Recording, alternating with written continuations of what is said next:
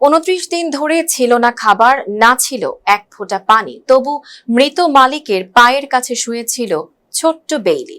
অবশেষে ভয়াবহ ভূমিকম্পের 29 দিন পর কংক্রিটের স্তূপ থেকে উদ্ধার হলো জীবনকে আঁকড়ে ধরে অপেক্ষা করা সার্মীয় প্রজাতির এই কুকুর, যার ভিডিও দেখে আবেগে ভাসছেন বিশ্ববাসী। ভেনেজুয়েলার ভয়াবহ ভূমিকম্পের 29 দিন পর যখন উদ্ধার কর্মীরা আর কোনো জীবিত মানুষের বা প্রাণীর আশা প্রায় ছেড়েই দিয়েছিলেন, ঠিক তখনই কংক্রিটের স্তূপের নিচ থেকে ভেসে আসে ক্ষীণ প্রাণের স্পন্দন।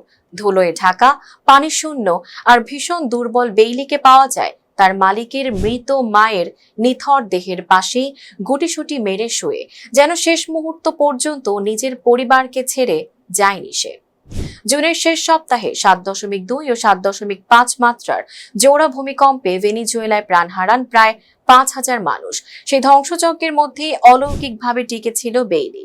উদ্ধারকারীরা তাকে পানি দেন, চিকিৎসকরা দ্রুত স্যালাইন দেন। পশু চিকিৎসকদের ভাষায় এটি সত্যিই এক অলৌকিক ঘটনা। আজ বেইলি ধীরে ধীরে সুস্থ হয়ে উঠছে, কিন্তু তার মালিক 11 বছরের ছোট্ট ভিক্টোরিয়া হারিয়েছে তার মা ও দাদিকে। ধ্বংসস্তূপের সেই দৃশ্য তাই শুধু একটি উদ্ধার অভিযানেরই গল্প নয়, বেঁচে থাকার অদম্য ইচ্ছাশক্তির এক হৃদয়স্পর্শী প্রতীক। Tanjiba Nowrin, face the people.